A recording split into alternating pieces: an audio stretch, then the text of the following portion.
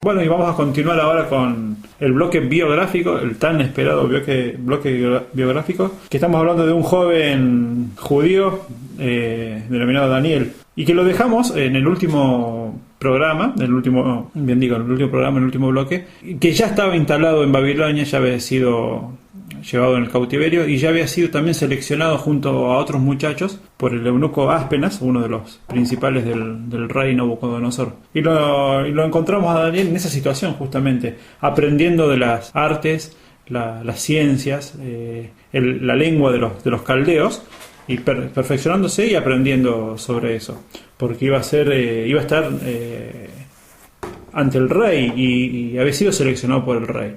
Bueno, entonces hoy vamos a entrar de lleno en esta situación en la que está viviendo Daniel. Bien, así es. En el versículo 7 del capítulo 1 del libro de Daniel hay un detalle interesante que una de las primeras medidas que tomó Aspenas, quien me imagino, y como decíamos en el encuentro anterior, tendría una importantísima responsabilidad ante el rey de presentar esta gente preparada para ser funcionarios que iban a desempeñar cargos en la corte de Nabucodonosor. Lo primero que hizo fue cambiarles el nombre. Y acá hay algo para pensar y para reflexionar. Dice el versículo 7: a estos, o sea, a Daniel y a sus compañeros de cautiverio, el jefe de los eunucos puso nombres. Puso a Daniel Belsasar, a Ananías Sadrac, a Misael Mesac y a Azarías Abednego. Todos nombres caldeos que iban a reemplazar sus nombres originarios judíos. Y primer detalle interesante para tener en cuenta, que todos los nombres para el judío tenían un significado muy especial, porque conllevaban un atributo de Dios o una acción de Dios para con el pueblo de Israel. Tal es el caso de Daniel, que significa Dios es juez o Dios es quien me juzga. Y yo esto lo interpreto como una medida para terminar de desarraigar quizá, o de darle acentuar esa nueva naturaleza de funcionario de la corte babilónica, como terminando de cortar los lazos con la cultura en la que fueron formados, ¿no? De hecho, hasta nuestros días, hoy en nuestra sociedad estamos llenos de nombres de origen judío y muchas veces ignoramos su significado. Es interesante pensar, ¿no?, que todos los nombres terminados en él, Daniel, Ariel, Ezequiel, Abel, y todos los que terminan con esa sílaba, son de origen judío e implican una acción de Dios, simplemente como para mencionarlo, ¿no? Así como tenemos muchísimos nombres que tienen origen germánico, todos los terminados en Berto, Erto. Te iba a decir justo Alberto. Ajá. Pero nombres latinos también, muchísimos, pero que llenan nuestra... Y este nuevo nombre para Daniel, que tenía todo el significado de esta nueva posición o identidad, era Belsasar. Una palabra que era en lengua babilónica podría ser traducida como proteja su vida, o Beltis, dios babilónico, proteja al príncipe. Esa sería la traducción o el significado, porque los nombres babilónicos también tenían un significado, ¿no? Disculpa que te interrumpa, ahí hay un cambio bastante sustancial, ¿no es cierto? Porque de llamarse Daniel o traducido Dios el que me juzga, ya estamos cambiando, o sea, mejor dicho, Nabucodonosor le está cambiando con el nuevo nombre, ya de primer lugar en Dios, ya está cambiando al Dios que todos conocemos por Belzi, ¿no es cierto? Y ya ahí hay una cuestión también, además de cultural, de creencias, creo yo, ¿no es cierto? Tal cual. Azarías significa a quien el Señor sostiene en hebreo, y fue cambiado por Abednego, el siervo de Nebo. Las traducciones de Ananías y de Misael no están totalmente claras, porque el babilónico es un idioma que no está totalmente descifrado, ¿cierto? Pero indudablemente tenían una connotación religiosa o haciendo referencia a los dioses caldeos, ¿no? Esto, ¿cuál es el objetivo de consignarlo? Simplemente un eslabón más en esa cadena de desarraigos que Daniel había tenido que sufrir. Primero privado de su ciudad, de sus ritmos de vida, de su posición. Luego, como signábamos en el programa anterior, muy probablemente transformado en eunuco en plena adolescencia. Después instruido en unas ciencias totalmente ligadas a las cuestiones religiosas e idolátricas. Todo un cúmulo de situaciones, yo creo que totalmente traumáticas para cualquier persona, ¿no? Especialmente para alguien que está entrando en su juventud, ¿no? Claro. Y creo que esto nos pinta un panorama o una situación, valoriza muchísimo más la manera en que él lo enfrentó, en cómo enfrentó todos estos cambios en su vida de la mano de Dios, y cómo esas cuestiones que uno las puede analizar y ver un terrible significado, Dios las usó y luego sirvieron para que Daniel fuera un baluarte para su pueblo en el cautiverio, ¿no? Sí. Y lo dejamos justamente enfrentando la primera situación que la Biblia nos relata en la que él tuvo que actuar o participar, que es la que encontramos en el pasaje, en el versículo 5 del capítulo 1, ¿no? Sí, te lo leo. Y les señaló el rey ración para cada día, de la provisión de la comida del rey y del vino que él bebía, y que los criase 3 años, para que al fin de ellos se presentasen delante del rey. Bueno, ahí hay otro, yo creo que acá también está surgiendo un poco otro cambio, ahí Daniel y sus compañeros se están enfrentando a un cambio bastante sustancial que viene a ser el aspecto culinario, no solamente de alimentarse, sino también es algo cultural, es ya cambiarle hasta la forma de, no solamente de como venimos citando, de pensar, de conocer, de hablar, sino que también en la parte, bien digo, de la comida, ¿no es cierto? Cuestiones domésticas. Hay un cambio por donde se lo mire, como estás diciendo vos, hay un cambio total que se le está imponiendo desde el rey a estos jóvenes. Yo creo que pensando así en voz alta, que debe ser como poniendo un chip para que se olviden de todo lo que habían vivido, ¿no es cierto?, esos jóvenes. Y bueno, y acá en el versículo 8, salteándonos al 8, dice: y Daniel propuso en su corazón no contaminarse con la porción de la comida del rey, ni con el vino que él bebía. Pidió por tanto al jefe de los eunucos que no se le obligase a contaminarse. Bueno, y acá hay una cuestión también con este tema que hasta el día de hoy lo vive el pueblo judío, que es la dieta kosher, ¿no es cierto? Aquel que conozca un poco o que se quiere interiorizar, salen muchos artículos, que es una dieta que ya se nombraba en el Levítico, ¿no es cierto? En el Levítico ya es nombrada, que hay ciertos alimentos que no es conveniente consumir, ¿no es cierto? O mejor dicho, ya dejarlos de lado. Para un judío. Para un judío. El más conocido de todos es el cerdo, ¿no es cierto? Es algo completamente prohibido para la cultura hebrea consumir el cerdo. Y hay otros animales también que se los consideran inmundos. Pero en este caso también acá Daniel también tendría sus creencias y sus costumbres y se pone en su corazón no acceder a esto que se está pidiendo. Por supuesto que él primero lo peticiona y se lo pide, y se ve que hubo ahí un entendimiento con Áspenas y con el rey, y entonces le permite que él coma las cosas que prefiere. Él creo que se dedica a comer una cierta cantidad de legumbres o vegetales y no tomar el vino y la comida del rey, que me imagino de haber sido algunas cosas exquisitas, calculo yo. Sí, mirá lo que dice el versículo 10, dice: y dijo el jefe de los eunucos, justamente a esta proposición que Daniel le debe haber hecho, y ahí está bueno pensar que ya se estaba construyendo una relación, ¿no? Una relación quizá, mira, me viene al corazón, hay un pasaje en Proverbios que dice: nunca se aparte de ti la misericordia y la verdad. Átalas a tu cuello, escribílas en la tabla de tu corazón, porque de esta manera hallarás gracia y buena opinión ante Dios y ante los hombres. Cuando una persona está cerca de Dios y la misericordia y la verdad, y Dios obra en el carácter, Dios ordena las cosas, ordena sus relaciones y hace caer en gracia. Ese es un principio de vida, ¿no? Que está bueno meditar en él. Así como estamos rodeados de leyes naturales, de leyes físicas, de leyes de todo tipo, esta es una ley espiritual que se cumple siempre. Cuando Dios está con una persona, más allá de los conflictos que puedan surgir, pero da gracia a esa persona con quienes le rodean, ¿no? Y esta es una situación que vivió Daniel. Indudablemente si la relación no hubiera sido mínimamente fluida, no hubiera, primero ni se hubiera podido hacer la propuesta.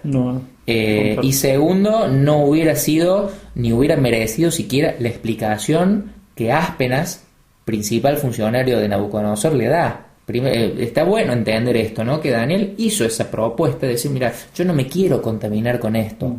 No, ni yo ni mis compañeros, para nosotros esto es algo inmundo y va a redundar en nuestro perjuicio. Y le dice, permitime abstenerme de esto. Y Áspenas le responde lo siguiente: y dijo el jefe de los eunucos a Daniel: temo a mi señor el rey, que señaló vuestra comida y vuestra bebida, pues luego que él vea vuestros rostros más pálidos que los de los demás muchachos, que son semejantes a ustedes, condenaréis para con el rey mi cabeza. El solo hecho de que estas 4 personas no tuvieran la misma preparación, o iba a representar la muerte para un funcionario del rey. Tal cual. Y ahí habla un poco de la relación tan fluida que tenían el principal de los eunucos con los muchachos. Justamente, si no creo que se haya dado de otra forma. Y ahí está hablando bien de Daniel y los muchachos, porque se ve que unos muchachos muy centrados, muy sabios, o sea, muy educados en la palabra de Dios. Entonces, como decías vos, que hoy en día tenemos que obrar tal cual, y no importa dónde vayamos o con quién hablemos, pero vamos a hallar gracias, yo creo, en cualquier persona, si obramos de esta forma como está obrando Daniel. Un gran ejemplo, yo creo, y sobre todo para nuestra juventud. Hay otro pasaje que me viene a la mente, que es cuando en Romanos el apóstol Pablo, muchísimo tiempo después, nos dice: no tomen la forma de este siglo, ni se dejen influenciar de tal manera que se adapten a las costumbres que muchas veces nos propone el mundo, ¿no? En Romanos 12. Y fue algo que aplicó Daniel directamente. Esto ya significaba para él, más allá del cambio en la alimentación, una cuestión que iba a estar muy ligada a lo espiritual, ¿no?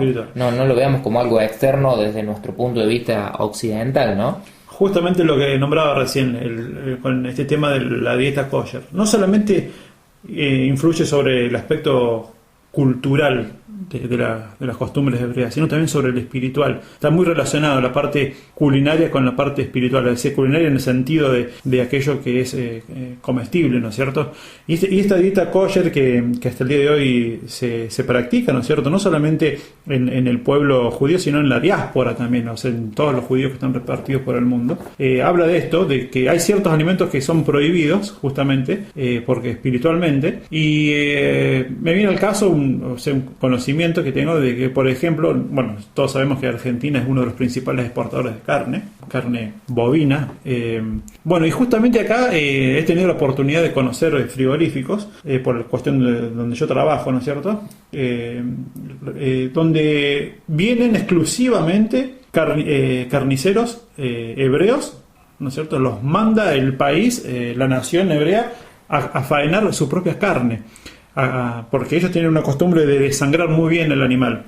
No se permiten comer la carne si bien está permitido comer la carne de la vaca, pero tiene que estar completamente desangrada. Y no confían en que lo haga otro, ¿no es cierto? Entonces vienen a supervisar justamente la faena. Y ellos mismos traen sus propios utensilios. Esta gente que trabaja de esto viaja por el mundo, o por lo menos por los grandes países exportadores de carne, seleccionan a los animales y los faenan ellos mismos, trayendo sus propios utensilios, como lo digo.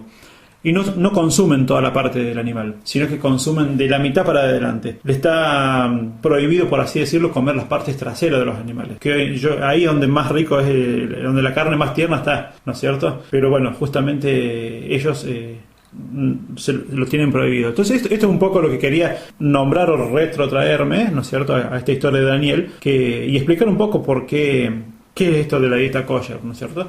El Código Alimentario Argentino permite que nosotros produzcamos no solamente el tema de las carnes, sino también alimentos kosher, como mermeladas, ciertos productos panificados. Si ustedes buscan en un envoltorio, van a encontrar un círculo con una K dentro. Bueno, eso significa que es apto para que personas creyentes de la religión hebrea, o sea, del pueblo hebreo, lo puedan consumir. Mirá, sin trastocar las creencias que ellos tienen, ¿no es cierto? Mirá qué interesante, ¿no?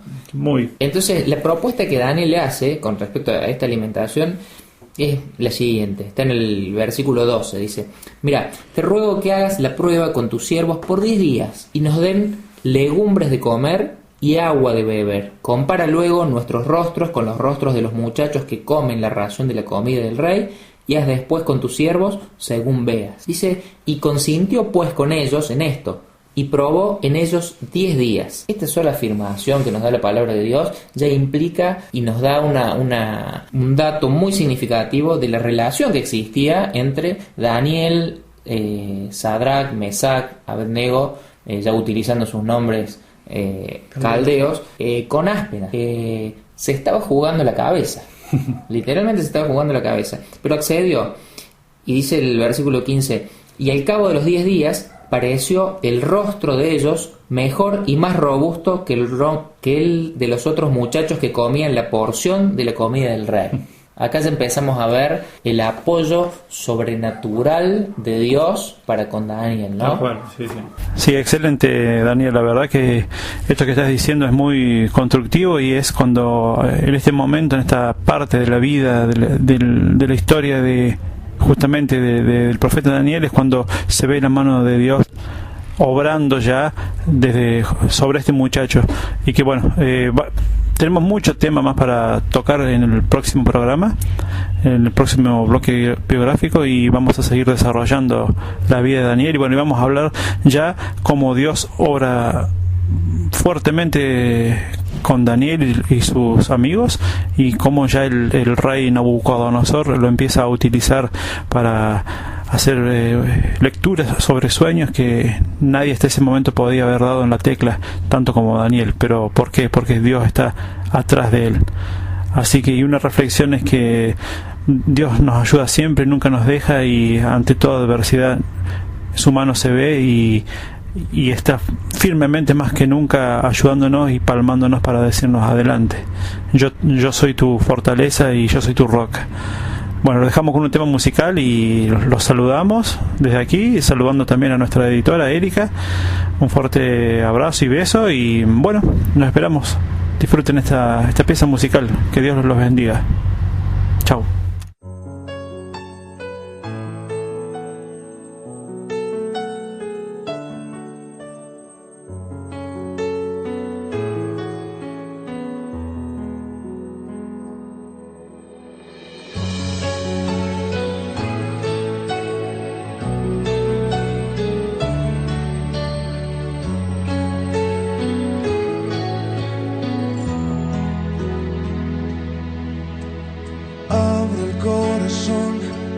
Las ventanas cuando empieza la mañana, por si quieres hoy venir. Eres como el viento que no avisa, cuando sopla y trae la brisa, ven y sopla sobre mí. Y mi corazón vuelve a latir y se renueva si estás aquí. Y mi corazón vela por ti, porque te espera, vuelve a venir. Espíritu de Dios, ven a mi vida como lluvia que tardó y al desierto vida dio. Desciende sobre mí como la brisa que destile sobre mí, tu poder en mí haz fluir.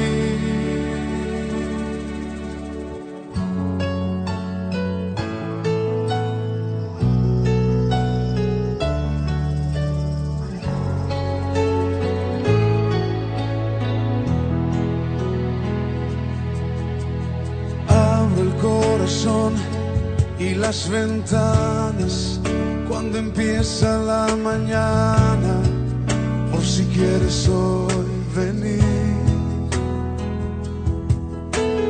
Eres como el viento que no avisa, cuando sopla y trae la brisa, ven y sopla sobre mí. Y mi corazón vuelve a latir y se renueva si estás aquí. Y mi corazón vela por ti, porque te espera, vuelve a venir. Espíritu de Dios, ven a mi vida, como lluvia que tardó y al desierto vida dio. Desciende sobre mí como la brisa que destila sobre mí. Tu poder en mí haz fluir. Levanta tus manos y canta al Espíritu de Dios. Espíritu de Dios, ven a mi vida, como lluvia que tardó y al desierto vida dio. Desciende sobre mí como la brisa que destila sobre mí. Tu poder en mí haz fluir. Espíritu de Dios, ven a mi vida.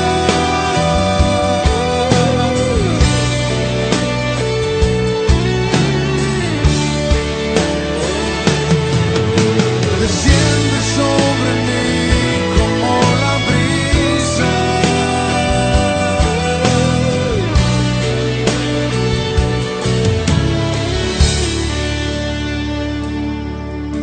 Desciende sobre mí como la brisa que destile sobre mí.